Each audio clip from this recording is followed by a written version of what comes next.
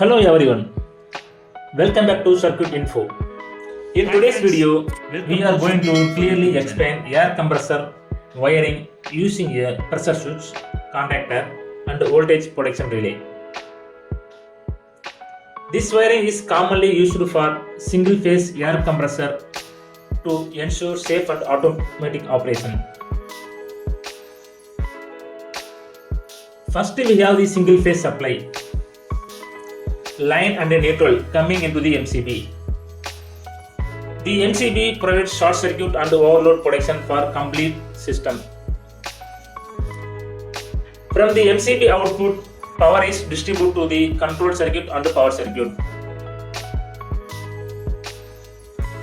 Next is the contactor, which is used to handle the high current of the motor compressor.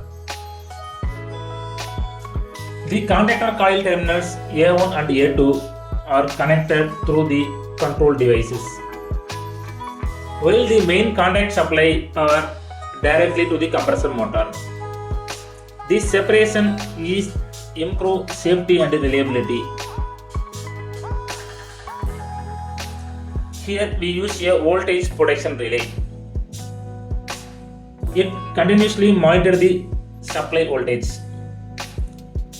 If the supply voltage goes too high or too low, the relay disconnects the control circuit, protecting the compressor motor from burning or insulation damage.